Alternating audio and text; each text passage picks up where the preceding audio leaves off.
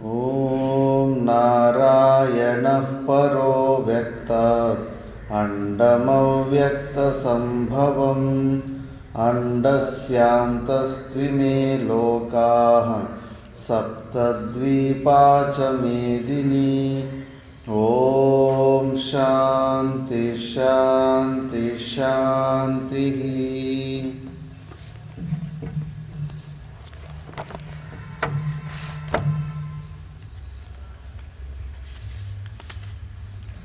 ॐ श्री परमात्मने नमः। अथ षष्ठोऽध्यायः आत्मसंयमयोगः। श्रीभगवानुवाच अनाश्रितः कर्मफलं कार्यं कर्म करोति यः स सन्न्यासी च योगी च न निरग्निर्न चाक्रियः। यं सन्न्यासमिति प्राहुर्योगं तं विद्धि पाण्डव। न ह्यसन्न्यस्तसङ्कल्पो योगी भवति कश्चन। आरुरुक्षोर्मुनेर्योगं कर्म कारणमुच्यते। सेवा शमः कारणमुच्यते। यदा हीनेन्द्रियार्थेषु न कर्मस्वनुसज्जते सर्वसङ्कल्पसन्न्यासी योगारूढस्तदोच्यते। उद्धरेदात्मनात्मानं नात्मानम् अवसादयेत्। आत्मैव ह्यात्मनो बन्धुरात्मैव रिपुरात्मनः। बन्धुरात्मात्मनस्तस्य येनात्मैवात्मना जितः।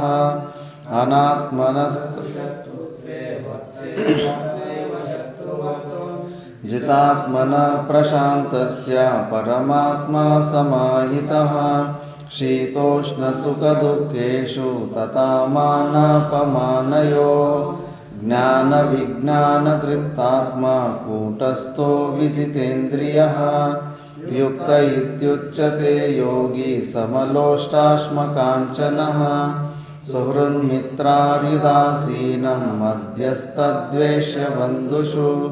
साधुष्वपि च पापेषु समबुद्धिर्विशिष्यते। योगी युञ्जीत सततम् आत्मानं रहसि स्थितः। एकाकीयत चित्तात्मा निराशीरपरिग्रहः। शुचौ देशे प्रतिष्ठाप्य स्थिरमासनमात्मनः।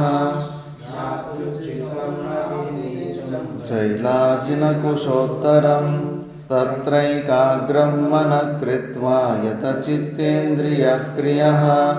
उपविश्यासने युञ्जात् योगमात्मविशुद्धये। समं कायशिरो ग्रीवं धारयन्नचलं स्थिरः। सम्प्रेक्ष्य नासिकाग्रं स्वं दिशश्चानवलोकयन्। प्रशान्तात्मा विगतभिर्ब्रह्मचारी व्रते स्थितः। मनः संयम्य मच्चित्तो युक्त आसीत मत्परः। युञ्जन्नेवं सदात्मानं योगी नियतमानसः। वानपरमां मत्संस्थामधिगच्छति। नात्यश्नतस्तु योगोऽस्ति न चैकान्तमनश्नतः। न चातिस्वप्नशीलस्य जाग्रतो नैव चार्जुन। युक्ताहारविहारस्य युक्तचेष्टस्य कर्मसु। युक्तस्वप्नावबोधस्य योगो भवति दुःखः। यदा विनियतं चित्तम् आत्मन्येवावतिष्ठते। निःस्पृहः सर्वकामेभ्यो युक्त इत्युच्यते तदा। यथा दीपो निवातस्थो नेङ्गते सोपमा स्मृता। यतचित्तस्य युञ्जतो योगमात्मनः। यत्रोपरमते चित्तं निरुद्धं योगसेवया। यत्र चैवात्मनात्मानं पश्यन्नात्मनि तुष्यति। सुखमात्यन्तिकं यत्तद्बुद्धिग्राह्यमतीन्द्रियं। वेत्ति यत्र न चैवायं स्थिरं यं लब्ध्वा चापरं लाभं मन्यते नाधिकं ततः।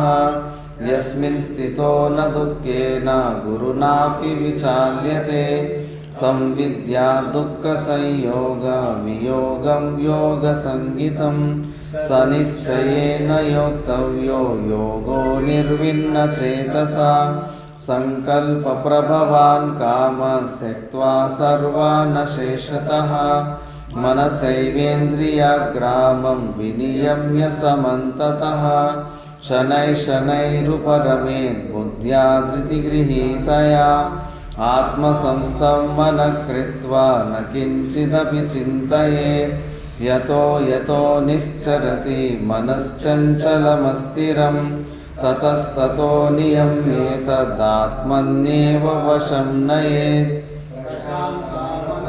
ह्येनं योगिनं सुखमुत्तमम् उपैति शान्तरजसं ब्रह्मभूतमकल्मषं युञ्जन्नेवं सदात्मानं योगी विगतकल्मषः सुखेन ब्रह्मसंस्पर्शम् अत्यन्तं सुखमश्नुते सर्वभूतस्थमात्मानं सर्वभूतानि चात्मनि ईक्षते योगयुक्तात्मा सर्वत्र समदर्शनः यो मां पश्यति सर्वत्र सर्वं च मयि पश्यति तस्याहं न प्रणश्यामि स च मे न प्रणश्यति सर्वभूतस्थितं यो मां भजत्येकत्वमास्थितः सर्वथा वर्तमानोऽपि स योगी मयि वर्तते आत्मौपम्येन सर्वत्र समं पश्यति योऽर्जुन सुखं वा यदि वा दुःखं स योगी परमो मतः अर्जुन उवाच योऽयं योगस्त्वया प्रोक्तः साम्येन मधुसूदन एतस्याहं न पश्यामि चञ्चलत्वास्थितिं स्थिरां चञ्चलं हि मनः कृष्ण प्रमाथि बलवदृढं तस्याहं निग्रहं मन्ये वायोरिव सुदुष्करम् असंशयं महाबाहो मनो दुर्निग्रहं चलम् अभ्यासेन तु कौन्तेय वैराग्येन च गृह्यते असंयतात्मना योगो दुष्प्राप इति मे मतिः वश्यात्मना तु यतता शक्यो वाप्तुमुपायतः दयोपेतो योगाच्चलितमानसः अप्राप्य योगसंसिद्धिं कां गतिं कृष्ण गच्छति कच्चिन्नो भयविभ्रष्टश्चिन्नाभ्रमिव नश्यति अप्रतिष्ठो महाबाहो विमूढो ब्रह्मणपति एतन्मे संशयं कृष्ण चेतुमर्हस्य शेषतः त्वदन्यसंशयस्यास्य चेता न ह्युपपद्यते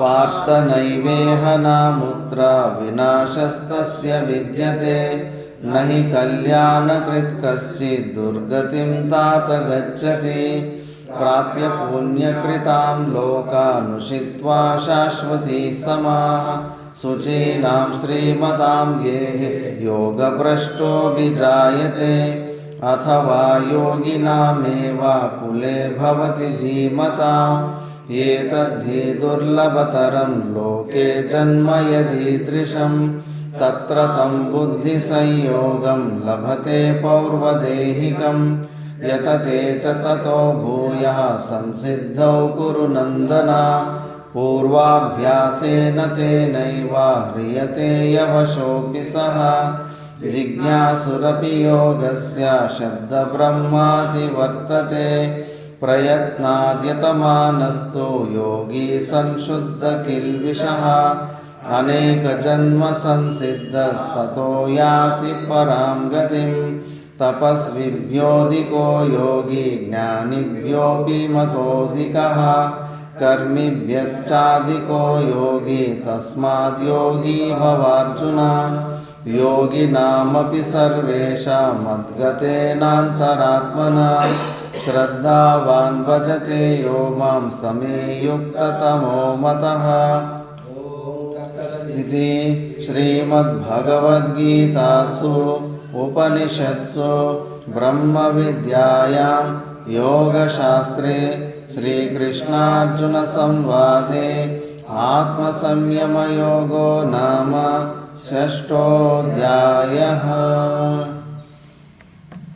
మనము భగవద్గీతలోని 6వ అధ్యాయము ఆత్మ సంయమ యోగము దాని గురించి విచారణ చేస్తుంటిమి. దీన్ని ధ్యాన యోగం అని కూడా అంటారు. ఇందులో మనము ఆరుడిని స్థితి ఎలా ఉంటుందని కొన్ని శ్లోకాల ద్వారా విచారణ చేసుకుంటూ వస్తున్నాము. ఇంకా కొన్ని శ్లోకాలలో ఆ ఆరుడు అంటే అంతఃకరణ శుద్ధిని పొంది జ్ఞానాన్ని పొందిన వ్యక్తి తన లక్షణాలు ఎలా ఉంటాయని చెప్పుకుంటూ పోతున్నారు. ఇప్పుడు 8వ శ్లోకం. జ్ఞాన విజ్ఞాన తృప్తాత్మ కూటస్థో విజితేంద్రియః యుక్త ఇత్యుచ్యతే యోగి సమలోష్టాశ్మకాంచనః. జ్ఞాన విజ్ఞాన తృప్తాత్మా కూటస్థో విజితేంద్రియః యుక్త ఇత్యుచ్యతే యోగి సమలోష్టాశ్మకాంచనః.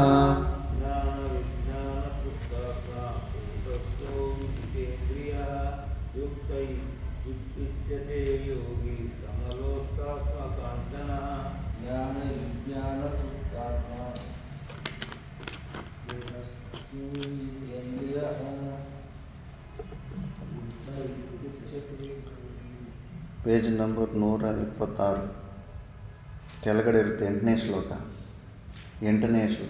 ಜ್ಞಾನ ವಿಜ್ಞಾನ ತೃಪ್ತಾತ್ಮ ಕೂಟಸ್ಥೋ ವಿಜಿತೇಂದ್ರಿಯಃ ಯುಕ್ತ ಇತ್ಯುಚ್ಯತೆ ಯೋಗಿ ಸಮಲೋಷ್ಟಾಶ್ಮಕಾಂಚನಃ. ಜ್ಞಾನ ವಿಜ್ಞಾನ ತೃಪ್ತಾತ್ಮ ಕೂಟಸ್ಥೋ ವಿಜಿತೇಂದ್ರಿಯಃ ಯುಕ್ತ ಇತ್ಯುಚ್ಯತೆ ಯೋಗಿ ಸಮಲೋಷ್ಟಾಶ್ಮಕಾಂಚನಃ.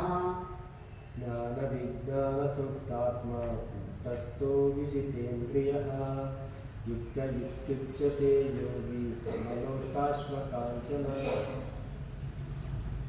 జ్ఞాన విజ్ఞాన తృప్తాత్మ, జ్ఞానము మళ్ళీ విజ్ఞానము ద్వారా తృప్తుడైన ఆత్మ అని. జ్ఞానం అంటే ఏంటి, విజ్ఞానం అంటే ఏంటని భాష్యంలో చెబుతారు. మళ్ళీ కూటస్థ, తన స్వరూపము కూటస్థం. మనము ట్రైన్లో కూర్చున్నప్పుడు పక్క ట్రైన్ కదులుతూ ఉంటుంది. పక్క ట్రైన్ కదులుతూ ఉంటే మన ట్రైన్ కదిలినట్టు భ్రాంతి అవుతుంది. మన వాళ్ళు ఎవరో వాటర్ క్యాన్ తీసుకుని కిందికి దిగుతారు, కూస్తాం, ఎవరెవరు తొందరగా ట్రైన్ కదులుతూ ఉందని అరుస్తాం. చూస్తే కన్నా పక్క ట్రైన్ కదులుతూ ఉంటుంది. మన ట్రైన్ కదులుతా లేదు అని ఎట్లా తెలుస్తుందంటే పక్కలో కూటస్థమైన ప్లాట్ఫారం ఉంటుంది. ఆ కూటస్థమైన ప్లాట్ఫారంని చూసిన తర్వాత మనకు తెలుస్తుంది అసలు నాలో క్రియలు జరగడం లేదు. అలాగే మన శరీరం లోపలనే ఒకటి బింబరూపమైన చైతన్యం ఉంది. అది కూటస్థమైన చైతన్యం. ఇప్పుడు మన ట్రైన్ కదలకపోయినా కదిలినట్టు ఎట్లా భ్రాంతి అవుతుందో మనలో ఏ క్రియలు లేకపోయినా కూడా నాలో క్రియలు జరుగుతున్నాయి. నేను అన్ని క్రియలు చేస్తున్నాను, కూర్చుంటున్నాను, లేస్తున్నాను, తింటున్నాను, నడుస్తున్నాను, ఇవన్నీ క్రియలు నాలో ఉన్నాయి అని భ్రాంతి కలుగుతూ ఉంటుంది. ఆ బింబరూప చైతన్యాన్ని ఒకసారి చూసిన తర్వాత తెలిసింది, ఓహో నేను అక్రియ స్వరూపాన్ని, నాలో ఏమీ అసలు క్రియలు జరగడం లేదు, అంతా ఈ శరీర సంఘాతంలో జరుగుతున్నాయి, ఈ శరీర సంఘాతానికి నేను సాక్షినంతే అని అలాంటి కూటస్థ జ్ఞానాన్ని పొందినవాడు. మళ్ళా విజితేంద్రియ, ఇంద్రియాలు మాత్రము ఎక్కడే కానీ కుల్లా విషయాలలో వదలడానికి వీన్నే లేదు. ఇంద్రియాలని నిగ్రహం చేసుకున్నవాడు. సమలోష్టాశ్మకాంచన, ఇది చాలా కష్టం. బంగారుని, రాయిని, మట్టిని ఒకే రకంలో చూడాలి. దేంట్లో కూడా ఎక్స్ట్రా విలువలు ఉండకూడదు. అది ఎంత కష్టమో ప్రాక్టికల్గా ఇంపాసిబుల్. ఈరమో మనము కింద ఊడ్చేటప్పుడు చెత్త వస్తే, మట్టి వస్తే, రాళ్ళు వస్తే ఊడ్చి బయటకు పారేస్తామే లేదా? బంగారు బిల్లలు కింద పడితే పారేస్తామా? పారేయలేము. లేదు, వాస్తవికంగా అది ప్రాక్టికల్గా ఇక్కడ ఫెయిల్ అయిపోతాయి. మనకు అనిపిస్తుంది నాకేమంత మోహం లేదులే అని అనిపిస్తూ ఉంటుంది. ప్రాక్టికల్గా నీ దగ్గర నీ జేబులు ఎక్కువ కాదు, కేవలం ఒక 20 రూపాయలు ఉండదు. ఆ 20 రూపాయలు కనిపించలేదు, ఎక్కడో బుక్లోనా సెల్ఫ్లోనే ఎక్కడ పెట్టేసి ఉంటారు, నీకు జేబులో ఉన్నట్టే ఉంటుంది. ఆ 20 రూపాయలు కాసేపు కనిపించకుండా పోతే ఎంత డిస్టర్బ్ అయిపోతుందో తెలిసిన, విపరీతమైన డిస్టర్బ్ అయిపోతుంది. మనకు ఏ వస్తువు మీదన్నా మోహం ఉంది అని ఎప్పుడు తెలుస్తుందంటే ఆ వస్తువు మన నుంచి దూరమైనప్పుడు. ఆ దూరమైనప్పుడు మనము దాని గురించి ఎక్కువ చింతనలు, ఎక్కువ తలకాయ చెడుక్కుంటున్నామంటే కన్నా దాని మీద విపరీతమైన మోహం ఉండే అని చెప్పేసి, అది మన నుంచి దూరమైనప్పుడు. కాబట్టి ఆ జీవన్ముక్త పురుషునికి మొత్తంగా మిథ్యాత్వ నిశ్చయం సంపూర్ణంగా చేసి ఉంటాడు. ఏకదేశి కొన్ని విషయాల్లో మాత్రము చేయడు.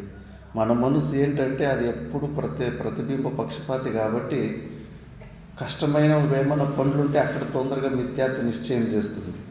దానికి అనుకూలమైన ఏమైనా వస్తువులు ఉంటాయి కదా, అక్కడ మాత్రం మిథ్యాత్వ నిశ్చయం లేదు. అది అవసరము, అది కావాలని చెప్తుంటుంది. అక్కడ చేయమని మిథ్యాత్వ నిశ్చయం అంటే లేదు. రామకృష్ణ పరమహంసుల దగ్గర ఒక బ్రహ్మచారి వచ్చేసి ఎక్కువ వైరాగ్యం గురించి మాట్లాడుతుందంట. రామకృష్ణ పరమహంస, అవునరా నీ దగ్గర ఒకవేళ ఎంతో 10 లక్షలు 20 లక్షలు వస్తే వేరే వాళ్ళకి ఇచ్చేస్తానన్నాడు. వాడి దగ్గర లేదు 10 లక్షలు, మళ్ళీ నీ దగ్గర ఒక 2-3 ఇండ్లు ఉంటే కానీ ఒక ఇల్లు ఎవరికైనా ఇచ్చేస్తావంటే ఇచ్చేస్తానన్నాడు. ఇప్పుడు వాడి దగ్గర 2 జతల బట్టలు, ఒకటి వేసుకున్నాడు, ఒకటి సంచిలో ఉంది. మరి నీ దగ్గర 2 జతల బట్టలు ఉంటే కానీ ఒక జత బట్టలు ఇస్తావా ఎవరికన్నా అంటే ఇచ్చేస్తానంటే కానీ ఇమీడియట్గా దాంట్లో గుంజేసుకుంటాడు. అప్పుడు ఆగిపోయాడంట. ఎందుకంటే అది అంటే కన్నా వాడి దగ్గర ఉన్న బట్టలు ఇచ్చేయాలి. ఇప్పుడు అవి లేనందుకు దాని మీద వైరాగ్యము, మిథ్యాత్వము ఈజీగా వచ్చేస్తుంది. మనము ఏ వస్తువులు పట్టుకున్నామో దాని మీద అవి మన నుంచి దూరమైనప్పుడు తెలుస్తుంది వాటి మీద మనం ఎంత డిపెండెన్సీ ఉంది, మనకి ఎంత మోహం ఉంది అని చెప్పేసి అప్పుడు మనకు అర్థమవుతుంది. కానీ జీవన్ముక్త పురుషునికి ఏ వస్తువులో కూడా విలువలు ఉండకూడదు. చాలా జాగ్రత్తగా ఏ వస్తువు అయినా పాపం మనమే గ్యారంటీ లేదు, మన శరీరమే గ్యారంటీ లేదు, ఇదే వెళ్ళిపోతుంది ఏదో ఒక రోజు. ఈ శరీరానికి భిన్నంగా ఉన్న ఆస్తులు పోవచ్చు, డబ్బులు పోవచ్చు, బంగారం పోవచ్చు, ఏదైనా నీ నుంచి దూరం కావచ్చు.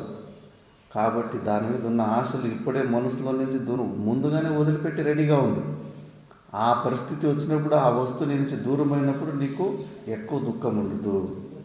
నువ్వేమో అది కావాలి, ఆ కండీసివ్ క్లైమేట్ నాకు కావాలని అనుకుంటావు. అది నీ నుంచి దూరమైనప్పుడు నీకు విపరీతమైన దుఃఖం వస్తూ ఉంటుంది. ఏ వస్తువులలో కూడా మనము విలువను పెంచుకోవద్దు. అట్లా డాష్ పెట్టుకుంది. ఇప్పుడు తండ్రి సంపాదించిన రాస్తే కొడుకు అమ్ముతాడు, దాని మీద మోహము, మనం సంపాదించిన దాని మీద ప్రాణాలు పోతాయి.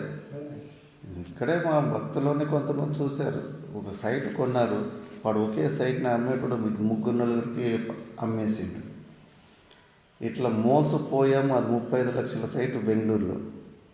మోసపోయామని ఇన్ఫర్మేషన్ వార్త విన్ను వంపడే రక్తం కక్కున్నాడు.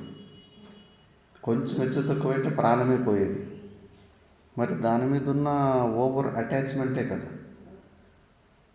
దాని మీద ఉన్న విపరీతమైన మోహం. ఇంకా వేరే ఆస్తులు కూడా ఉన్నాయి, ప్రాణం కన్నా గొప్పదేం కాదు అది. కానీ దాని మీద ఉన్న మోహము ప్రాణాన్ని తీసేసేది. ఆ రోజు ఎంతో ఉంది, పుత్రో నష్ట అహం నష్ట, ధనం నష్ట అహం నష్ట అని విపరీతమైన ఓవర్ అటాచ్మెంట్ ఉంటుంది.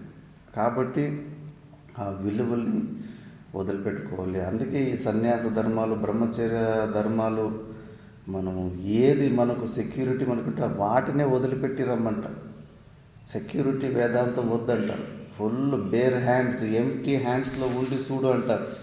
అప్పుడు తెలుస్తుంది ఈ శరీరం మెయింటెనెన్స్ కోసం నీ మనసు ఎంత చింతలు చేస్తుంది, దీని సేఫ్టీ కోసం ఎన్ని చిన్న ఆరాటలు పడుతూ ఉంటుందో, ఈ శరీరం మీద మనకి ఎంత మోహం ఉందని వట్టి చేతుల్లో ఉన్నప్పుడు కనిపిస్తుంది. ఒక పక్క ఫుల్గా కాంపౌండ్ వేసుకున్నట్టు అన్ని సెక్యూరిటీలు పెట్టుకొని శరీరం తాదాత్మ్యం పోవంటే ఎక్కడ పోతుంది? తెలిసేది కూడా లేదు మనకు శరీరం మీద ఎంత మోహం ఉంది అని. రమణ మహర్షినే అంటాడు, ఈ సేఫ్టీ వేదాంతం పనికిరాదు అని. ఎందుకంటే ఇవన్నీ మనం అహమమ భావాలు తొలగించుకోవడానికి ఈ నియమాలు, కఠినమైన నియమాలు అలా ఇది చేశారు. ఇవే చాలా కష్టము, తొలగించుకోలేము. అన్నీ తెలుసు, తెలియంది ఎవరు లేరు. ప్రాక్టికల్గా మాత్రం ఫెయిల్ అయిపోతుంటారు. మరి ఇది బయట ఉన్న మమభావమే పోకుండా ఇంకా అహం మమభావం ఎట్లా పోతుంది? బయట వస్తువులలో ఎంత విలువ ఉంది, ఒక్కొక్క వస్తువులు చీపిరి కట్టు కనిపించకపోతే టెన్షన్ అయిపోతాం. దానికి ఒక 20-30 మందిని హింస పెడతాం వాళ్ళ మీద. వాడు తీసుకున్నాడేమో, వీడు తీసుకున్నాడేమో. కొంతమంది అయితే పుసుక్కని శబ్దాలు చెప్పేస్తారు, నాకు వాడి మీదనే డౌట్ ఉంది, వీడి మీదనే డౌట్ ఉంది. అది చీపిరి కట్టే మళ్ళా. అట్లా చిన్న చిన్న విషయాలు కూడా మనశ్శాంతి పోగొట్టుకున్నాం. అందుకే ఏ వస్తువులలో కూడా వాల్యూ ఉండకూడదు. దాన్నే రసం అంటారు. కేవలం ఆ వస్తువుని వదిలిపెట్టి రావడం కదా, ఆ వస్తువుల మీద ఉన్న విలువను కూడా నువ్వు వదిలిపెట్టాలి. వాల్యూస్ దాని మీద ఉండకూడదు. నీకు వాల్యూస్ ఉంటే కన్నా, మహత్వ బుద్ధి ఉంటే, అమానిత్వాది లక్షణాలు, దైవీ సంపత్తులు ఉన్నాయి కదా, ఇవి నీ సంపాదన సాధకుడికి. వీటిలో ఉండాలి. క్రోధము, అపరిగ్రహము, ఇవి నీ సంపత్తు. దీని మీద నువ్వు వాల్యూని పెంచుకో. అంతేగాని ఏ వస్తువు గురించి కూడా నువ్వు అది మహత్వమైన వస్తువు అని నువ్వు అనుకోవద్దు. ఇప్పుడు మొన్న మంగళ చైతన్యం వచ్చింది. అక్కడెక్కడో గుప్త కాశీలో తిరుగుతా ఉంటే ఎవరో ఒకరు ఉడిపి స్వామీజీ దొరికితే కన్నా ఆయన చిన్న పెట్టి ఉంది. ఆయనకు వయసు అయింది. ఇది నీ దగ్గర పెట్టుకో, ఇవి ఇందులో 15 బంగారు కాయిన్స్ ఉన్నాయి, మళ్ళీ నేను నీ దగ్గర తీసుకుంటానని ఇచ్చింది. వీడు ఎట్టాడు లేదా వాడు కూడా వానికి ఎవరైనా మోసం చేసినా తెలియదు. అవి నిజమైన బంగారు నాణ్యాలు అనుకున్నాడు. అనుకొని ఇంకా అక్కడ పైకి పోతే మళ్ళీ అది ఆయన దొరకలేదు. ఆయన దొరకనందుకు అయ్యో ఈ బంగారు నాణ్యాలు ఏం చేసుకోవాలి, మా గురుగారి కన్నా ఇస్తే దేనికైనా పనికి వస్తాయని సర్రని ఇంకా సాధన లేదు, ఏమీ లేదు. ఎద్దు తిరిగినట్లు ఊరికి తిరుక్కుంటున్నాడు అంతే. ఈయన బట్టలు కూడా బ్యాగ్ కూడా పొందుతానే అయిపోయింది. దానికోసం అంత దూరించి తీసుకొచ్చి ఇక్కడ చూపించింది. చూస్తే అవి నేపాలీ కరెన్సీ. సరిగ్గా దాన్ని చదువును కూడా చదవలేదు. ఇక్కడ కూడా 5 రూపాయల బిల్లులు, 10 రూపాయల బిల్లులు గోల్డ్ కలర్లో వస్తూ ఉంటాయి. ఆత్రంలో మందు బుద్ధి ఉండడం వల్ల దాని మీద ఉన్న మహత్వ బుద్ధి, ఆ మోహం అట్లా వచ్చేస్తుంది. ఓ ఇది నిజమే బంగారు అని ఆ కలర్ చూసే కన్ఫర్మ్ అయిపోయాడు. అవి తీసుకొచ్చిస్తే మా గురుగారు సంతృష్టి పడతాడు అనే భ్రాంతిలో వచ్చాడు. నేను ఇంకా ఫుల్గా తిడితే, ఏంటిది ఇంత మూర్ఖత్వమైన పని చేశాను. గురు శిష్యులు ఎన్ని కథలు చెప్పాను. అక్కడ కింద బంగారు పడితే దాని మీద మట్టి చల్లుతూ ఉంటారు. మట్టి మీద మట్టి ఎందుకు చల్లుతావని శిష్యుడు సమాధానం ఇస్తారు. ఇంత అద్భుతమైన జ్ఞానం చేసి దీని మీద నువ్వు ఇంకా విలువ పోగొట్టుకోలేదు. నువ్వు అడవికి పోతే ఏమి, ఎక్కడికి పోతే ఏమి, ఇంకా ఈ వస్తువులలో విలువలు ఉన్నంతసేపు అక్కడి నుంచి 1000 కిలోమీటర్లు తరంకరాలేదు నిన్ను మాయ అని తిట్టేసరికి ఇంకా అవమానం తట్టుకోలేక ఒక క్షణం కూడా ఉండలేకపోయాడు. అట్లా విలువలు ఊరు బయటకు చూడనీకి మళ్ళీ అందరి చేతిలో పొగిడించుకుంటూ ఉంటారు. పెద్ద విరక్తుడప్ప, ఏమీ అసలు ఎండిపోయిన రొట్టెలు తింటాడప్ప, ఏమంటే ఏమీ ముట్టుకోడప్ప. ఇంకా ఎక్కువ కావాల్సింటే ఆ బట్టలు కూడా పెద్ద అవధూతుల్లాగా, విరక్తుల్లాగా అన్ని అవకాశం ఉన్న నీట్గా ఉదుక్కొని కలర్ వేసుకునే అవకాశం కూడా వేసుకోరు. ఎందుకంటే వాళ్ళ చేత వీళ్ళ చేత పొగిడించుకొని ఈగో మసాజ్ అయిపోయింది. దానికి అలవాటు పోయిపోయినారు. ఆ వైరాగ్యం అభ్యాసం వాళ్ళ చేత వీళ్ళ చేత పొగిడించుకునే దానికి చేస్తుంటారు, కానీ లోపల లేదు. అది చాలా జాగ్రత్తగా ఉండాలి. మనకు మనమే మోసం చేసుకుంటాం. అంతా ఈ మనసు చేసే ట్రిక్లు.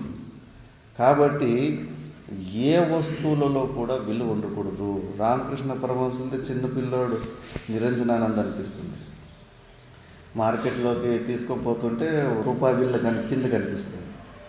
రూపాయి బిళ్ళ కింద కనిపిస్తుందంటే కనుక దాన్ని ఎత్తుకొని మళ్ళీ అక్కడ ముందు బిచ్చగాలు ఉంటే కనుక బిచ్చగాలికి వేసేసి బెటర్ ఫీలింగ్, ఇంకా హావభావాలు, బాడీ లాంగ్వేజ్ నేను ఏదో గొప్ప పని చేశానని ఫీల్ అయిపోతూ ఉంటాడు. రామకృష్ణ పరమహంసలు ఒకటే అంటాడు, చేపలే తినని వాడు చేపల మార్కెట్కి ఎందుకు వెళ్తాడు? నీకు ఆ డబ్బుల మీద అసలు మోహమే లేకపోతే కదా దాన్ని ముట్టుకోవడానికన్నా ఎందుకు పోతుంటుంది? నీకు దాని మీద విలువ మోహం ఉంది కాబట్టి దాన్ని ముట్టుకున్నావు అని అర్థం. ఇది చాలా సూక్ష్మంగా గ్రహించాలి. ఇవన్నీ ఏమీ సాధనలు చేసుకోకుండా ఒకేసారి తత్వమసి, నేను బ్రహ్మనేని నాటకాలు, శబ్దాలు చెప్పుకుంటే ఏం ప్రయోజనం? ఇవి లాగుతూ ఉంటాయి, నీకు దుఃఖాన్ని ఇస్తానే ఉంటాయి వీటి మీద ఉన్న విలువలు. కాబట్టి ఆ జీవన్ముక్త పురుషుడు మాత్రము ఆయనకు ఏ వస్తువులో కూడా ఏది కూడా విలువైనది ఉండదు. సంపూర్ణంగా మిథ్యాత్వ నిశ్చయం ఉంటుంది. అందుకే ఆయన నుంచి ఏ పదవిలు దూరమైనా ఏ వస్తువులు దూరమైనా కూడా ఆయన నిశ్చలంగానే ఆనందంగానే తృప్తిగానే ఉంటాడు. అలాంటి యోగి యుక్త ఇది ఉచ్యతే. దాన్ని భాష్యంలో చూద్దాం. అలాంటి యోగిని నిజమైన జీవన్ముక్త పురుషుడు అంటారు. జ్ఞాన విజ్ఞాన తృప్తాత్మ, జ్ఞానం శాస్త్రోక్త పదార్థానాం పరిజ్ఞానం, విజ్ఞానంతో శాస్త్రతో జ్ఞాతానాం తథా ఏవ స్వానుభవకరణం తాభ్యాం జ్ఞాన విజ్ఞానాభ్యాం తృప్తః సంజాత అలం ప్రత్యయ ఆత్మ అంతఃకరణం యస్య స జ్ఞాన విజ్ఞాన తృప్తాత్మ కూటస్థః అప్రకంప్యో భవతి ఇత్యర్థః. విజితేంద్రియః చ యా ఈదృశో యుక్తః సమాహితః ఇతి స ఉచ్యతే కథ్యతే. స యోగి సమలోష్టాశ్మకాంచనో లోష్టాశ్మకాంచనాని సమానాని యస్య స సమలోష్టాశ్మకాంచనః. చెన్నారెడ్డి. జ్ఞాన విజ్ఞాన తృప్తాత్మ జ్ఞాన శాస్త్రోక్త పదార్థానాం పరిజ్ఞానం, విజ్ఞానంతో శాస్త్రతో జ్ఞాతానాం తదా ఏవ స్వనుపకారణం తద్భ్యాం జ్ఞాన విజ్ఞానాభ్యాం తృప్తం సంజాత అలం ప్రత్యయ ఆత్మ అంతఃకరణ యస్య స జ్ఞాన విజ్ఞాన తృప్తాత్మ కూటస్థః అప్రకంప్యో భవతి ఇత్యర్థః. విజితేంద్రియః చ యా ఈదృశో యుక్తః సమాహిత ఇత స ఉచ్యతే కథ్యతే. స యోగి సమలోష్టాస్మ కాంచనాని సమాని యస్య స సమలోష్టాస్మ కాంచనః. శ్లోకంలో జ్ఞాన విజ్ఞాన తృప్తాత్మ అనుంది. జ్ఞానం అంటే శాస్త్రోక్త పదార్థానాం పరిజ్ఞానం, పరిజ్ఞానం. శాస్త్ర ద్వారా ఏదైతే జీవబ్రహ్మ గురించి ఎక్కడ కథనం ఉంటుందో దాన్నే జ్ఞానం అంటారు. విజ్ఞానంతో శాస్త్రతః జ్ఞాతానాం తథా ఏవ స్వానుభవకరణం. అది ప్రాక్టికల్ విజ్ఞానం. విశిష్ట రూపేణ జ్ఞానం అంటే అందుకే ఆ స్టెప్ని ఉత్తమాధికారికి ఒకే స్టెప్ శ్రవణంలోనే వింటూనే అతని పని అయిపోతుంది. చోటా మహారాజుకి అయిపోయినట్టు. అంత ఉత్తమాధికారిత్వం లేకపోతే 2 స్టెప్పులు ఉంటాయి. ఫస్ట్ జ్ఞానం కలుగుతుంది, ఆ జ్ఞానం కాస్త జ్ఞాననిష్టగా మారుతుంది. పొందిన జ్ఞానాన్ని అందులోనే నిలబడే తత్వం, దాన్ని ప్రాక్టికల్గా అందులో నిలబడే తత్వం, దానికి కొద్దిగా సమయం తీసుకుంటుంది. అది స్వ అనుభవకరణం. తాభ్యాం జ్ఞాన విజ్ఞానాభ్యాం తృప్త. దాని ద్వారానే సంపూర్ణంగా తృప్తిని పొంది ఉంటాడు. నిండా కడవలాగా ఇంక అయిపోయింది, ఇంకా నేను దేన్ని పొందాల్సి ఉన్నానో దాన్ని పొందేశాను. ఇంక ఈ ప్రపంచంలో నేను పొందాల్సింది ఇంకా ఏమీ లేదు. ఈ ప్రపంచంతో నాకు ఏ డిపెండెన్సీ లేదు, ఏ అవసరము లేదు. ఈ శరీరంతో కూడా నేను ఆధారపడి లేను. ఈ శరీరంతో అంతో ఎంతో నా స్వరూపాన్ని నేనేమి తెలుసుకున్నానో అది నేను తెలుసుకునేసాను. ఇప్పుడు ఇంక ఈ శరీరం ఉంటే ఉండని, పోతే పోని. మరి ఇంక శరీరమే అవసరం లేదనుకున్నప్పుడు శరీరానికి అవసరం ఉన్న అవన్నీ ఎందుకు, దాని మీద ఎందుకు ఆసక్తి బుద్ధి వస్తుంది? ఈ శరీరం ఎవడికి అవసరం ఉంటుందో వాడు టెన్షన్ తీసుకుంటాడు. జీవన్ముక్త పురుషుడు దీన్ని వదిలిపెట్టేస్తాడు. బస్ స్టాండ్లో, ఎయిర్పోర్ట్లో మనము బ్యాగులను వదిలిపెట్టేస్తాం కదా, అట్లా వదిలిపెట్టేస్తాడు. మళ్ళా దాన్ని శిష్యులు వాళ్ళకు ఈ గురువుల శరీరానికి రుణానుబంధం ఉంటుంది కాబట్టి ఆ శరీరాన్ని వాళ్ళు వాడుకుంటారు కాబట్టి వాళ్ళే ఆ శరీరాన్ని మెయింటెనెన్స్ చేసుకుంటూ ఉంటాడు. వాళ్ళు ఉప్పు ఇచ్చినా తింటాడు, కారం ఇచ్చినా తింటాడు, నీళ్ళు ఇచ్చినా తాగుతాడు, విషం ఇచ్చినా కూడా తాగినాడు సిద్ధార్థ స్వామీజీ. ఇంకా అతనికి అవసరం లే. ఇంకెవరికన్నా అవసరం ఉంటే మీరు వాడుకోండి. మనం బ్యాగ్ వదిలిపెట్టి వచ్చిన తర్వాత బ్యాగ్ అక్కడే ఉంటుందని ఏం లేదు. అవసరం ఉన్నోడు దాన్ని తీసుకొని వాడుకుంటాడు. అలాగ జీవన్ముక్త పురుషుడు ఈ శరీరాన్ని వాడుకుంటాడు. ఇంకా జీవన్ముక్త పురుషుడు ఈ శరీరం మెయింటెనెన్స్ గురించి వదిలిపెట్టేస్తాడు. నేనెందుకు మెయింటైన్ చేయాలి? ఇది ఇంకా నాకు ఎక్స్ట్రా లగేజ్, అనవసరంగా ఇరుక్కున్నది ఇది. ఇంకా నేను నా స్వరూపాన్ని తెలుసుకునేసాను. ఇంకా దీంతో నాకు అవసరం అయిపోయింది. మనసు బుద్ధులతోటి కానీ శరీరంతో కానీ నాకు ఏ పర్పస్ లేదని సంపూర్ణంగా దీన్ని ప్రారంధానికి వదిలిపెట్టేస్తాను. ఉన్నంతసేపు ఉండని, లేనంతసేపు పడిపోని అని చెప్పేసి.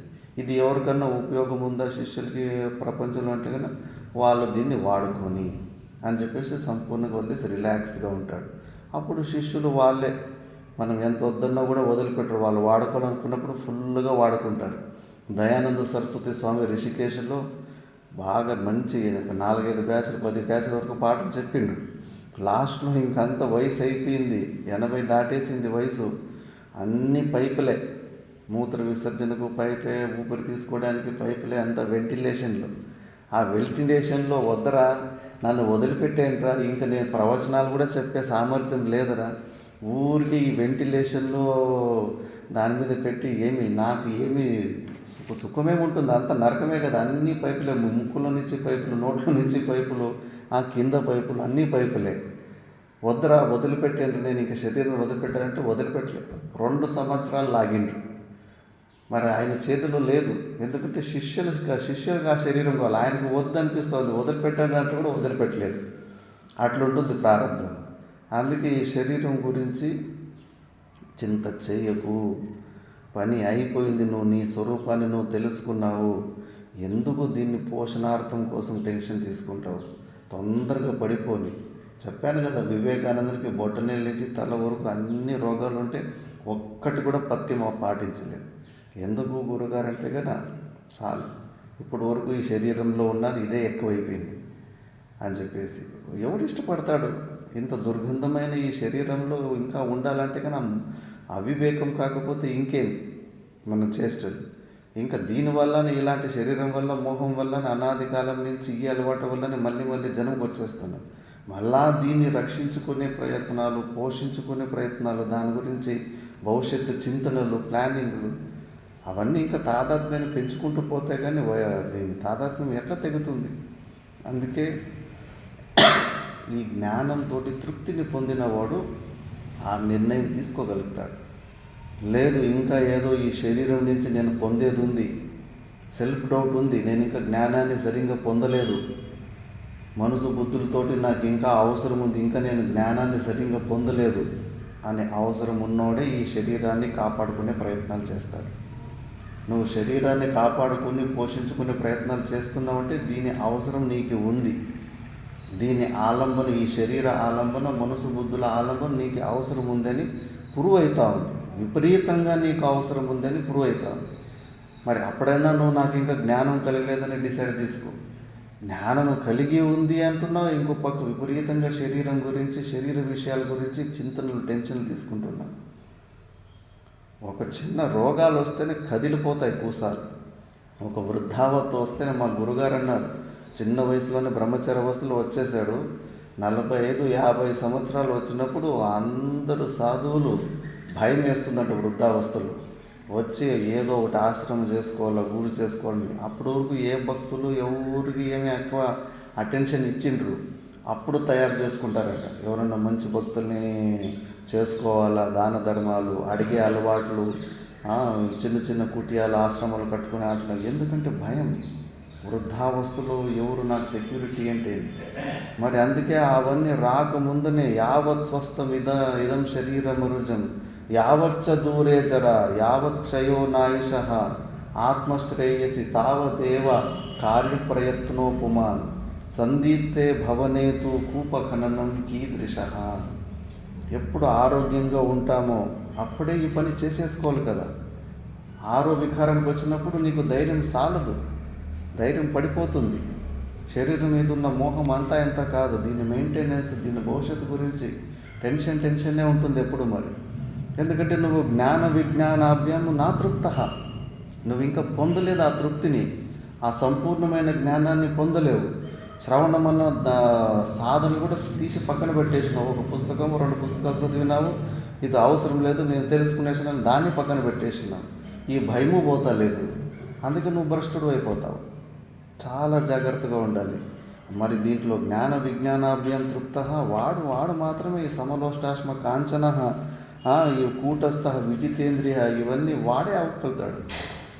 కాబట్టి సంజాత అలం ప్రత్యయ వచ్చిందా, ఎనఫ్ ఈజ్ ఎనఫ్. అలం ప్రత్యయ అంటే చాలు, ఇంకేమి వద్దు, ఇంకేమి శ్రవణం చేసేది వద్దు. ఏ క్రియలు కూడా ఇలాంటి క్రియ చేయాలని ఏ క్రియలలో కూడా నాకు అది అవసరం అనే బుద్ధి రాకూడదు. ఎనఫ్ ఈజ్ ఎనఫ్ అని అలం ప్రత్యయ. అప్పుడు నువ్వు పూర్ణ విశ్రామం తీసుకోవడానికి అవుతుంది స్వరూపం. అలాంటి వృత్తి వచ్చిందా, లేదా ఇంకా అది కావాలి ఇది కావాలి ఇంకా విపరీతమైన ప్రయత్నాలు చేస్తున్నాము. మనకు మనమే చెక్ చేసుకోవాలి. మళ్ళా కూటస్థ అప్రకంప్యో భవతి ఇత్యర్థ. నీ జ్ఞానము కూటస్థ జ్ఞానం వచ్చినప్పుడు నువ్వు అసలు ఈ ప్రతీతి రూపమైన ప్రపంచానికి బెదిరిపోవు. ఎడారిలో ఇసుక నీళ్ళలా కనిపిస్తుంటే దాన్ని చూసి ఏమన్నా బెదిరిపోతున్నావు. అనాది కాలం నుంచి ఆకాశంలో నీలత్వము తిరిగేసిన బాండీలాగా కనిపిస్తూ ఉంది. దానికి రూపం లేదు, ఆకారం లేదు, కానీ రోజు కనిపిస్తూ ఉంది. దాన్ని చూసి ఏమన్నా బెదిరిపోతున్నావా? మరి ఈ ప్రపంచాన్ని చూసి ఎందుకు బెదిరుతావు? నీ శరీరాన్ని చూసి ఎందుకు బెదురుతున్నావు? నీ మనసు బుద్ధులు యాక్టివ్గా ఉండడాన్ని చూసి ఎందుకు బెదురుతున్నావు? అది కూడా అలాంటి ప్రతీతినే కదా. మరి జ్ఞానంలోనూ మిథ్యాత్వ నిశ్చయం సరిగ్గా చేయలేదు, బెదురుతున్నావంటే. మనసు బుద్ధులు యాక్టివ్గా ఉంటే ఉండని, శరీరం ఉంటే ఉండని, ఉంటే ఉండని, ఎడారిలో నీళ్లు ఉంటే ఇసుక నీళ్ళ కనిపిస్తే కనిపించుకొని, ఆకాశం నీలి రంగంలో దానికి రంగే లేకపోయినా నీలి రంగంలో కనిపిస్తే కనిపించుకొని, నాదేం పోయేది ఉంది, నేనెవరో నేను తెలుసుకున్నా, నాకు వీటికి సంబంధం లేదు. ఇవన్నీ నన్ను ప్రవృత్తి కర్మలు చేపించేంత సామర్థ్యాన్ని పోగొట్టుకున్నాయి. నేను సంపూర్ణంగా ఇవన్నీ అబద్ధము మిథ్యాన్ని నిశ్చయం చేసినాను. ఇలా నువ్వు అట్లా ఉన్నప్పుడు నువ్వు కంపన లేకుండా బెదురుకుండా ఉంటావు. లేదంటే కానీ బెదురుతూ ఉంటావు.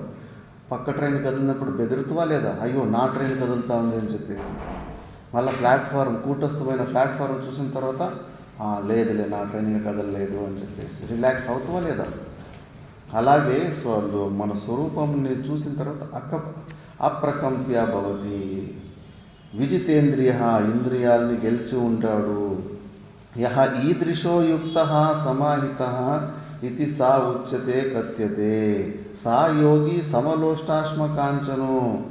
లోష్టాశ్మ కాంచనాని సమానాని యస్య సా సమలోష్టాశ్మ కాంచన.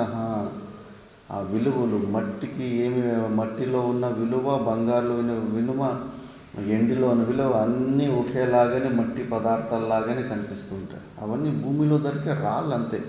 రకరకాల రాళ్ళని మనమే విలువ పెట్టుకున్నాం. చెప్పాను కదా, చిన్నపిల్లలప్పుడు మేము కూడా ఆటలాడుతూ ఉంటాం. ఇప్పుడు కూడా గుర్తుంది. తాత ఊర్లోకి పోయి అక్కడ బెంగళూరు చెట్లు కట్టాలి. అక్కడ చిన్న చిన్న గుట్టులు సీతాఫలం చెట్లు ఎక్కువ ఉండేది. ఇంకా మేము ఆటలో ఆడుకుంటూ యవాలు అవుతూ ఉంటుంది. బ్యాంకు వచ్చేది. బ్యాంకు ఇండ్ల నుంచి బుడ్లు అవి వేరుశనక్కాయలు ఇవన్నీ తెచ్చింటాం తినే. అవే అంగిడిలో ఉన్న సామాన్లు.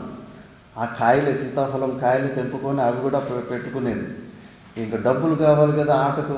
ఆ సీతాఫలం ఆకులు తెంపుకొని పెన్ను ఉండే మా దగ్గర. ఆ పెన్నులో పెద్దగా ఆకుంటే దాని మీద 1000 రూపాయలు అని రాసేవాళ్ళు. ఆకుల సైజును పెట్టేసి అవి డబ్బుల్లాగా రాసుకొని ఫుల్గా పొగలంతా అదే ఆటే. బ్యాంక్ లాగా చేసాము. మళ్ళీ దొంగలు కూడా ఒక 5-6 మంది దొంగల్లాగా, మళ్ళీ 2-3 పోలీసుల్లాగా పెద్ద ఆట ఆడేసాము ఆ రోజు. మరి ఆ డబ్బులకి ఆ విలువ ఇచ్చింది ఎవరు? మనమే కదా. మరి ఇప్పుడు మనము వాడుతున్న డబ్బులు కూడా అంతే. అవి కూడా షటిల్ నుంచినే వచ్చిండేది. షటిల్ నుంచినే పేపర్ తయారు చేస్తారు. ఆ పేపర్ మీద పిచ్చి గీతలు మేము పెన్నులో రాసుకునేట్లు వీళ్ళు కూడా కొంచెం ఈ కలరింగ్లో రాసుకుంటున్నారు. రాసుకొని ఇది డబ్బులు, ఇది విలువైంది, ఇది ఇస్తే కానీ ఆ వస్తువులు వస్తాయని పిల్లోళ్ళు అనుకున్నట్లు పెద్దోళ్ళు అనుకున్నారు అంతే. ఇవన్నీ ఆ విలువలు మనమే కదా పెట్టుకుని దాని మీద. అది కూడా అంతే. మరి ఆ మాత్రానికి అయ్యో ఆ డబ్బులు అంటే ప్రాణం పోతుంది. పేపర్ పోగొట్టుపోతే దుఃఖం కాదు, కానీ డబ్బులు పోగొట్టుపోతే టెన్షన్ అంటే టెన్షన్, మనశ్శాంతి ఉండదు మళ్ళీ ఇంట్లో. కాబట్టి దాన్ని సామాన్య తత్వాన్ని తెలిసిన యోగి వాటి మీద విలువలు పెంచుకోడు. అవే కదా మనకు మోహాన్ని పెంచుతూ ఉండేది. కాబట్టి ఏ వస్తువులలో కూడా విలువ లోపల వచ్చినా కూడా ఆపేసుకోవాలి, అలవాటు చేసుకోవాలి. జీవన్ముక్త పురుష లక్షణాలు ఎందుకు చెప్తుంది శాస్త్రం అంటే, ముముక్షులైన వాళ్ళు యత్న సాధ్యత్వాత్, ముముక్షులైన వాళ్ళు అలాంటి గుణాలు వాళ్ళ దగ్గర లేకపోయినా అది నేర్చుకోవాలి. లోపల దానికి విలువ ఉన్నట్టు అనిపిస్తున్నా కూడా విలువ లేనట్టుగానే నటించాలి, కొన్ని రోజులు అలవాటు చేసుకోవాలి. అలా కాకుండా విపరీతంగా దాని గురించినే ఎక్కువ ఎక్కువ టెన్షన్ తీసుకోవడం, ఎక్కువ మాట్లాడుకోవడము, అవన్నీ ఏమీ చేష్టలు చేయకూడదు. చోటా మహారాజుని కైలాస ఆశ్రమంలో ఉండేవాడు. ఆ ఆశ్రమంలో దాన ధర్మాలన్నీ ఆయన పేరు మీదనే వచ్చిండేది. ఆయన దక్షిణం పెట్టేసిపోతుండ్రి, లక్షలు కూడా ముంగట పెట్టేసిపోతుండ్రి. ఒక్కరోజు కూడా ఈ డబ్బులు ఎవరు తీసుకుంటున్నారు, ఆఫీస్లో ఇస్తున్నారా లేదా, దాని సద్వినియోగం అవుతుందా లేదని ఒక్కరోజు అడగలేదండి. ఎందుకంటే అది విలువైన వస్తువు కాదు, దాని మీద ఉన్న విలువని ఆయన తెంచుకున్నాడు.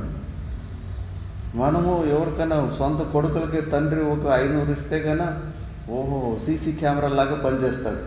ఏం చేసేవాడు, ఎక్కడ చేసి, ఎట్లా ఖర్చు పెట్టి, ఏం తిన్నాడు, ఏం తినలేదని చెప్పేసి విపరీతమైన విలువ మనకు ఆ డబ్బుల గురించి. ఆయన అట్లా ఆచరించి చూపించాడు కాబట్టి ఆయన శిష్యులు కూడా అలాగే తయారయ్యారు, విరక్త మహారాజు వాళ్ళంతా.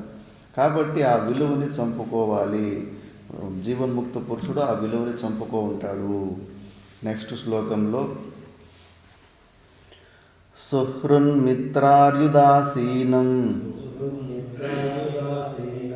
అద్యస్తద్వేష బంధుషు సాధుష్వపి చ పాపేషు సమబుద్ధిర్విశిష్యతే. సుహృన్మిత్రార్యుదాసీనం అధ్యస్తద్వేష బంధుషు సాధుష్వపి చ పాపేషు సమబుద్ధిర్విశిష్యతే.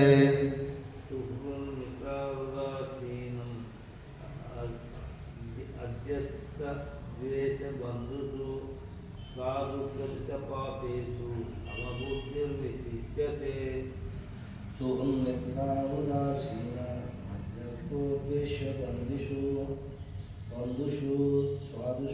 పాపేషు సమబుద్ధిర్విశిష్యతే. సుహృన్మిత్రారుదాసీన మధ్యస్థాదేశ బంధుషు సాధుష్వపి చ పాపేషు సమబుద్ధిర్విశిష్యతే. సుహృన్మిత్రాయుదాసీన మధ్యస్థదేశ బంధుషు సాధుష్వపి చ పాపేషు సమబుద్ధిర్విశిష్యతే. సుహృన్ మిత్ర అరి ఉదాసీన మధ్యస్థ ద్వేష్య బంధుషు సాధుషు చ పాపేషు అపి సమబుద్ధిర్ విశిష్యతే. ఆ జీవన్ముక్త పురుషుడు ఇవన్నీ భాష్యంలో చెప్తారు. సుహృత్ అంటే మన నుంచి ఏమి ఉపకారం ఆశించకుండానే సహాయం చేసేటోడు సుహృత్. మళ్ళీ మిత్రుడు అంటే కాన మన మీద ప్రేమ భావంతో ఉంటాడు, దుఃఖాలు కొద్దిగా పంచుకుంటాడు, సుఖాలు పంచుకుంటుంటాడు, ఎప్పుడు మన మీద ప్రేమ భావం ఉంటుంది. మళ్ళీ అరి అంటే శత్రువు. మళ్ళీ ఉదాసీనుడు అంటే పక్షపాతరహితంగా ఉన్న వాళ్ళు కూడా కొంతమంది ఉంటారు. వాడు మనకు ఫ్రెండ్ కాదు, వాడుకు ఫ్రెండ్ కాదు, న్యూట్రల్గా ఉంటాడు, అలాంటి వాడు. మళ్ళీ మధ్యస్థుడు అంటే ఇద్దరి మధ్యలో గొడవలు వచ్చినప్పుడు వాడికి నచ్చే మాట వాడికి చెప్పి, వీడికి నచ్చే మాట వీడికి చెప్పి కొద్దిగా సల్లగా చేస్తాడు మధ్యస్థుడు.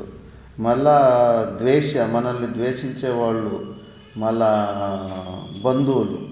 బంధువులు సాధుష్వపి పాపేషు, పాపకర్మలు చేసే వాళ్ళ మీద కూడా అందులోనూ కూడా సమబుద్ధిర్ విశిష్యతే.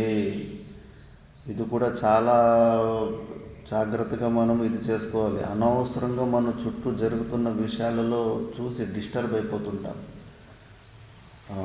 దీన్నే భాష్యంలో చూద్దాం. సుహృద్ ఇత్యాది శ్లోకార్థం ఏకపదం. సుహృద్ ఇది ప్రతి ఉపకారం అనపేక్ష్య ఉపకర్త. మిత్రం స్నేహవాన్ అరిహి శత్రుః. ఉదాసీనో నా కస్యచిత్ పక్షం భజతే. మధ్యస్థో యో విరుద్ధయోః ఉభయోః హితైషీ ద్వేష్య ఆత్మనః అప్రియః బంధుః సంబంధీ ఇతి ఏతేషు సాధుషు శాస్త్ర అనువర్తిషు అపి చ పాపేషు ప్రతిషిద్ధకారిషు సర్వేషు ఏతేషు సమబుద్ధిః కః కిం కర్మ ఇతి అవ్యాపృతబుద్ధిః ఇత్యర్థః.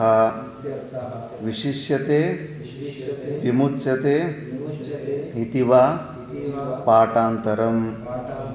యోగారూఢానాం సర్వేషాం అయం ఉత్తమః ఇత్యర్థః.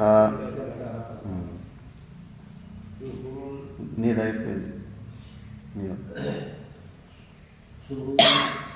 సుహృది ఇత్యాది శ్లోకార్థం ఏకం పదం. సుహృదీతి ప్రత్యుపకారం అనపేక్ష ఉపకార్త. మిత్రం స్నేహవాన్ హరిః శత్రుః. ఉదాసీనో నో కశ్చిత్ పక్షం భజతే. మధ్యస్థో యో విరుద్ధయోః ఉభయోః హితైషీ ద్వేష్య ఆత్మనః అప్రియః బంధుః సంబంధీ ఇతి ఏతేషు సాధుషు శాస్త్రానువర్తిషు అపి చ పాపేషు ప్రతిషిద్ధకార్యేషు సర్వేషు ఏతేషు సమబుద్ధిః కా కిం కర్మ ఇతి అవ్యాకృతబుద్ధిః ఇత్యర్థః. విశిష్యతే విముచ్యతే ఇతి వా పాఠాంతరం. యోగారూఢానాం సర్వేషాం అయం ఉత్తమ ఇత్యర్థః. సుహృత్ ఇత్యాది శ్లోకార్థం ఏకం పదం. పైన పూర్వ శ్లోకంలో ఇదంతా ఒకే పదమే. 2 పాదాలు కలిపి ఒకే పదం ఉంది. సుహృన్ మిత్రారిదాసీన మధ్యస్థ ద్వేష బంధుసులు. సమాసం, కాంపౌండ్ వర్డ్స్. ఒకటి కన్నా ఎక్కువ పదాలని కలిపి ఒక పదం చేసేదాన్ని సామాసిక పదం అంటారు. ఇంగ్లీష్లో కాంపౌండ్ వర్డ్ అంటారు. అది ఒకే పదము. సుహృద్ అంటే ప్రత్యుపకారం అనపేక్ష ఉపకర్త. మనల్ నుంచి ఏమీ ఆశించకుండా సహాయం చేసేవాళ్ళు సుహృద్ అని. అందుకే ఈ ఆత్మజ్ఞానము ఈ బోధ చేసేవాళ్ళు సుహృద్ అంటారు. ఎందుకంటే గురువు శిష్యుల నుంచి ఏమీ అపేక్షించడు.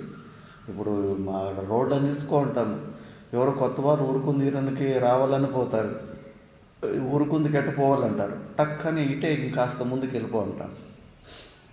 వాళ్ళకి అడ్రస్ చెప్పడం వల్ల నాకేమన్నా లాభం వస్తుందని ఏమైనా ఆలోచన చేస్తామా? టక్కని చెప్పేస్తాం లేదా? ఎందుకంటే జ్ఞానం మన దగ్గర ఉన్న ఆ జ్ఞానం ఎలాంటిదంటే వాడికి చెబితే మన దగ్గర ఏం ఖాళీ అయిపోదు. అదే వాడు డబ్బులు అడిగింటే కొద్దిగా ఆలోచించేవాళ్ళు. వాడికి ఇస్తే నాకు లేకుండా అయిపోతున్నాను. కానీ జ్ఞాన విషయంలో ఎవరికి ఎంత ఇచ్చినా అది అయిపోదు. కాబట్టి అందులో కంజూస్తనం ఉండదు, స్వార్థం ఉండదు. అందుకే ఈ మహాపురుషుల దగ్గర, జీవన్ముక్త పురుషుల దగ్గర ఈ ఆత్మజ్ఞానం ఉంది. కాబట్టి వాళ్ళు ఏమి అపేక్ష లేకుండానే శిష్యులు కూడా దుఃఖాన్ని తొలగించుకొని అని చెప్పేసి ఈ ప్రవచనాలు, ఉపదేశాలు ఇవన్నీ వితౌట్ ఎక్స్పెక్టేషన్ వాళ్ళు చేస్తూ ఉంటారు. అహేతుక దయా సింధు. అందుకే వాళ్ళని సుహృత్ అంటారు. మిత్రం అంటే స్నేహవాన్, మన మీద అనురాగం కలిగి ఉన్నవాళ్ళు. మళ్ళీ అరి అంటే శత్రువు, ఉదాసీన్ అంటే నా కశ్చిత్ పక్షం భజతే. కొంతమంది ఉంటారు నీ పక్షము నీ వైపు ఉండరు, అటువైపు ఉండరు. ఒక ప్రకారం చెప్పట్టు గోడ మీద పిల్లు ఉన్నట్టు అన్నట్టు. గోడ మీద పిల్లు అంటే అటు ఇటు దుంకేస్తుంది, కానీ వీళ్ళు మాత్రం ఎవరు పక్షము తీసుకోరు.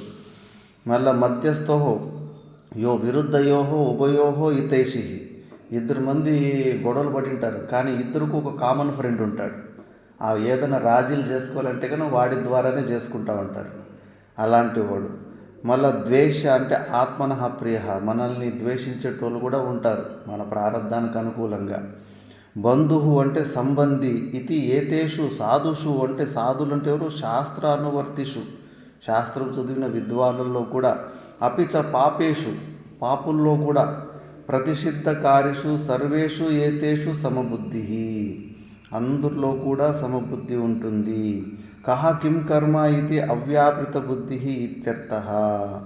అంటే ఎలా ఎప్పుడు వస్తుంది సమబుద్ధి అంటే నువ్వు శాస్త్రము కర్మ సిద్ధాంతాన్ని తెలుసుకోవాలి. ఆ తమిళనాడు కవిది కథ చెప్పాను కదా, ఆయన కూడా అనవసరంగా ప్రపంచంలో జరుగుతున్న అవకతవకలు అన్యాయాల గురించి బాగా డిస్టర్బ్ అవుతుంటాడు. అతనేమో సుబ్రహ్మణ్య స్వామీజీ భక్తుడు, ఒక కవి, పరివ్రాజక అంటే తీర్థాటనలు చేస్తూ ఉంటాడు. ఇంకా భగవంతుడు ఇతనికి అనవసరంగా డిస్టర్బ్ అవుతున్నాడు ప్రపంచంలో జరిగే విషయాలు, అతనికి దాని నుంచి విడుదల చేయాలని చెప్పేసి చిన్న పిల్లోడు రూపంలో వచ్చేస్తాడు. వచ్చేసిందిను నేను నీతోటి తీర్థాటన చేస్తాను, నాకు ఎవరు లేరంటాడు. సరేలే అని చెప్పేసి వెంబడి తీసుకెళ్తూ ఉంటాడు. ఒక ఇంటికి భిక్షకు పోతే ముందు తీర్థాటన అంటే భిక్ష చేసుకొని వెళ్ళాలి. బాగా డబ్బులు సెక్యూరిటీ తీసుకొని పిక్నిక్ లాగా పోయేది లేదు, దానివల్ల పుణ్యం రాదు. శ్రీశైలానికి ఎవరైతే నడుచుకొని పోతారో కదా వాళ్ళకు ఎక్కువ పుణ్యం వస్తుంది. ఎందుకంటే తపశ్చర్య, శరీరానికి దుఃఖాన్ని వాలంటరీగా తీసుకున్నారు. తపశ్చర్యకే పుణ్యం వస్తుంది, అంతేగాని పిక్నిక్ లాగా విలాసయాత్రలు పోయేస్తే ఏ పుణ్యము రాదు. శాస్త్ర ప్రమాణం ఉంది, ఒంటి కాళ్ళు నిలుచుకొని తపస్సు చేసినందుకు స్వర్గాది లోకాలు అట్లా పుణ్యము ఉత్పన్నమవుతుంది. కాబట్టి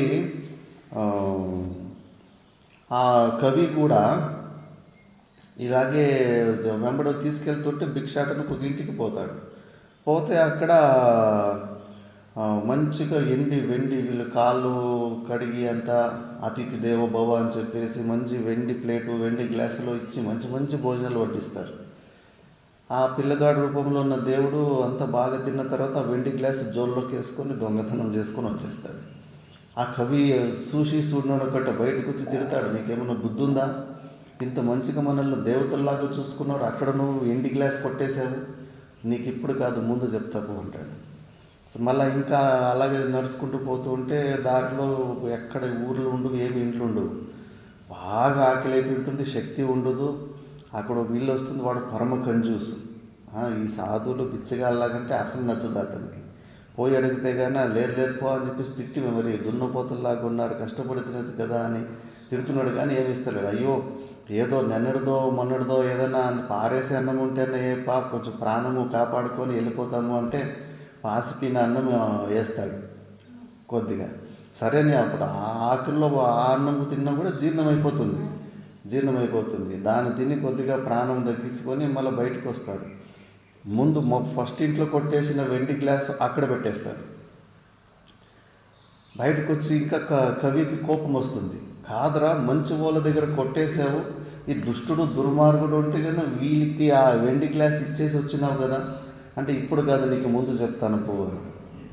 మళ్ళీ అట్లే ఇంకో ఇంటికి కేరళ వైపట్టు పోతూ ఉన్నప్పుడు అక్కడ ఒక ఇంట్లో మంచి భక్తులు ఉంటారు, మగుడు భార్య పన్నోడు, వాళ్ళకు ఒక అవిటివాడు కొడుకు ఉంటాడు. చాలా మంచి భక్తులు వాళ్ళు, భార్య భర్తలు. వీళ్ళకి మంచిగా అంతా సత్కారం చేసి మంచి భోజనం చేసి వండి పెట్టి దక్షిణకు డబ్బులు ఇచ్చి, స్వామీజీ మీరు ఒంటరిగా ఈ అడవి దారిలో మీకు దారి తెలియదు, మా పని మనిషిని కూడా మీ వెంబడి పంపిస్తాము, ఇతడు మిమ్మల్ని ఆ గుట్ట దాటించి వస్తాడని పని మనిషిని కూడా పంపించడానికి రెడీ అయింటారు. అప్పుడు లాస్ట్ మూమెంట్లో పోయిసి వాళ్ళకున్న ఒక్క కొడుకు అవిటివాడు కొడుకుంటే పోయి ఆ కొడుకు గొంతు పిసికేసి చంపేస్తాడు పిల్లగాడు. వచ్చేసరికి ఇంక కవికి భయం వేస్తూ ఉంటుంది, దడదడదా అని. మళ్ళా వాళ్ళని గుట్ట దాటించి ఆ పని మనిషిని పంపించింటారు కదా, ఆ పని మనిషిని పంపిస్తే ఆ పని మనిషిని కూడా పైన కొండ మీద నుంచి నూకేసి పంపేస్తాడు. అప్పుడు కవికి కోపం వచ్చేసింది. దుర్మార్గుడు, ఎంత అని ఓర్చుకోవాలరా, ఎన్ని దుష్ట పనులు చేశావు, నిన్ను కొట్టనీకపోతాడు. అప్పుడు సుబ్రహ్మణ్య స్వామి ప్రత్యక్షమైపోతాడు. అయిపోయి అయ్యో భగవంతుడు మీరా ఏంటిది లీల అంటే, నీకోసమే చెబుతున్నాను నాయన, అనవసరంగా ప్రపంచంలో జరిగే విషయాలకి నువ్వు డిస్టర్బ్ అయిపోతున్నావు. ప్రపంచంలో కారణం లేకుండా కార్యం ఏది జరగదు. ప్రతి దానికి కూడా కారణము కార్యం ఉంది. నీ కంటికి అది కరెక్ట్గా అన్ని త్రికాల జ్ఞానివి కాదు కదా, భూత వర్తమాన భవిష్యత్తుల గురించి నీకు తెలియదు కదా, పూర్వజములు ఎవరు ఏం చేసినారని. మొదటి వాడికి నేను చేసిన ప్రతి కర్మ నీకు చెడుగానే కనిపిస్తూ ఉంది. దాని వెనకాల ఉన్న సీక్రెట్ తాత్పర్యం నువ్వు చూసుకోలేకపోతున్నావు. మొదటివాడు చాలా మంచివాడు, మొదటి ఇంటివాడు, కానీ వాడు దంభిత్వం ఉంది. ఉన్న దాన్ని ఎత్తి చూపించుకుంటున్నాడు. నేను పెద్ద దాన ధర్మాలు చేసేవాడిని అని ఎత్తి చూపించుకున్నాడు. ఆ దంభిత్వం అనే గుణము వాడిలో పోవడానికి నేను అది కొట్టేశాను. ఇప్పుడు వాడు ఎవడికి చూపించుకుంటలేడు. ఇప్పుడు అందరికీ ఈ విస్తరాకులోనే పెడుతున్నాడు భోజనం. రెండో ఇంట్లో వాడు పరమ కంజూసు. వాడికి దానం చేసే గుణం గొప్పదనే వానికి గుణపాఠం నేర్పాలి. పాసిపోయిన అన్నం పెడితేనే నాకు ఇంటి గ్లాస్ వచ్చిందంటే, నేను మంచి అన్నము వేడి అన్నం పెడితే కన్నా నాకు ఇంకా బంగారు దొరకొచ్చేమో అని అందరికి వచ్చిన వాళ్ళంతా పిలిచి మరి భోజనం పెడుతున్నాడు. ఇప్పుడు మరి మూడో ఇంట్లో ఈ అవిటివాడు వల్ల వాళ్ళు మంచి సాధకులు ఇంకో కొడుకుని కూడా కనలేకపోతున్నారు, ఆలోచిస్తున్నారు. వీడిని పొగల నుంచి సాయంత్రం వరకు వీడిని చూసుకోవడంలోనే వాళ్ళ సమయం అంతా వ్యర్థమైపోతుంది. ఏమీ చేసుకోలేకపోతున్నారు. వాళ్ళ కొడుకుని వాడిని చంపేసి మళ్ళీ వాళ్ళ కొడుకులోనే మళ్ళీ ఇంకో కొడుకు పుట్టేలాగా నేను ఆశీర్వాదం చేసి వచ్చాను. ఈ పొన్నోని ఎందుకు చంపాను అంటే నా వీడు ఈరోజే వాళ్ళందరికీ విషం ఇచ్చి చంపేసి మొత్తం ఆస్తి కొట్టేయాలని అనుకున్నాడు. అందుకే వీడిని చంపేశాను.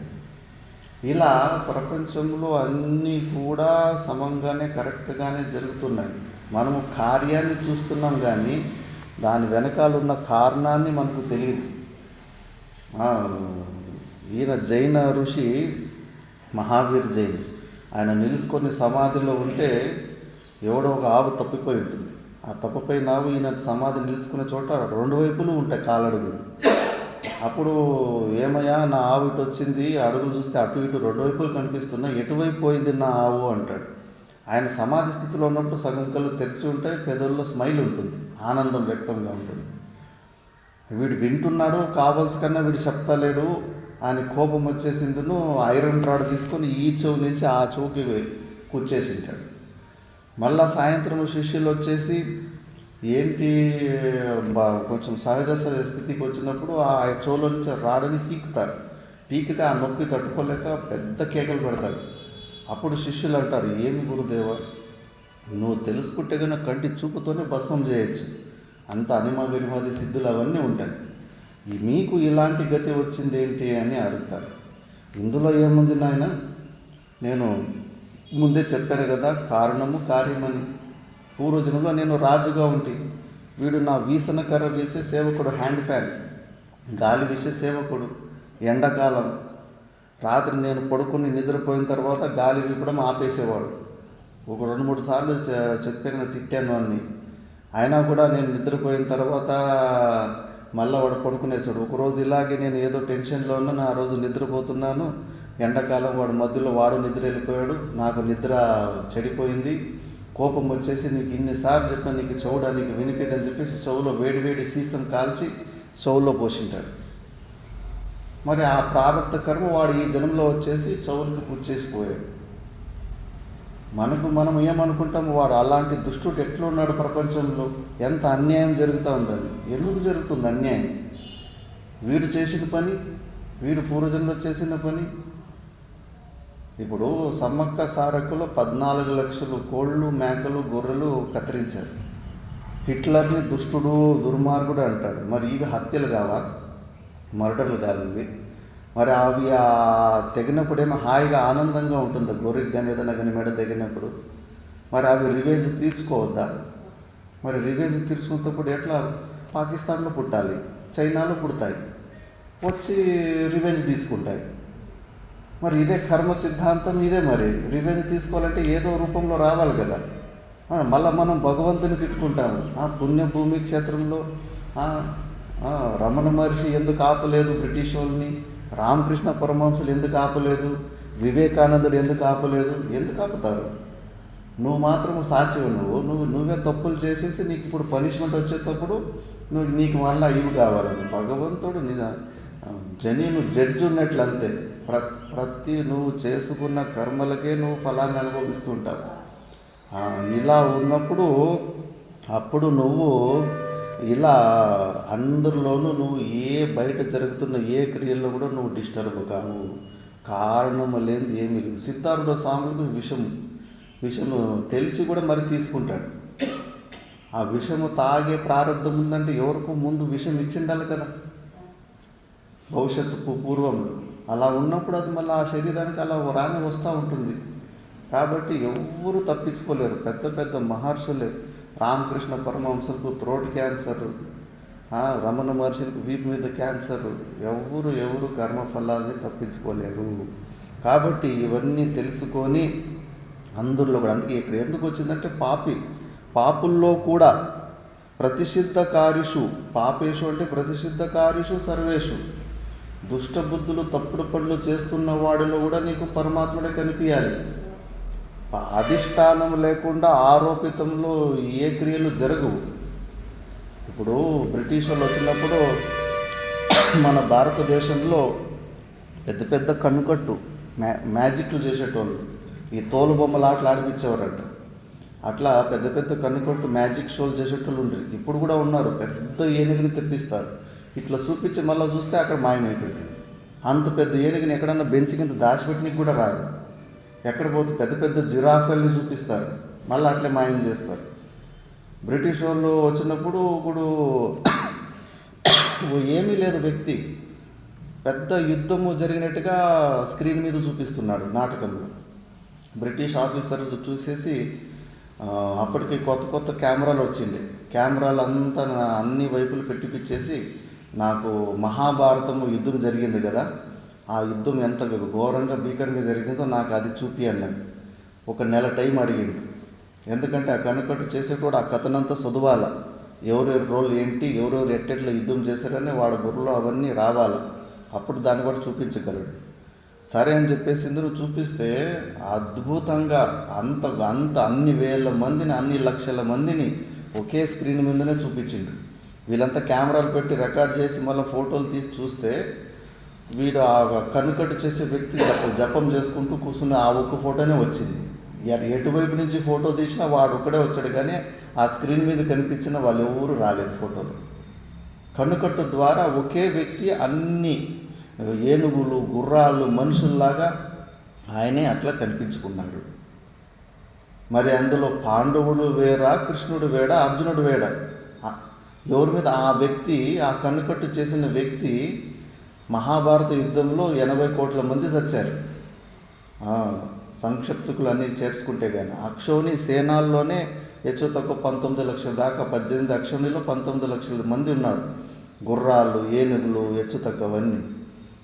మరి ఇప్పుడు ఆ కనుకట్టు చేసిన వ్యక్తికి అర్జునుని మీద ప్రేమ ఉంటుందా, దుర్యోధన మీద ప్రేమ ఉంటుందా? అన్నీ ఆయనే కదా. ఆయనకు ఎవరి మీద కోపం ఉండదు, ఎవరి మీద ప్రేమ ఉండదు.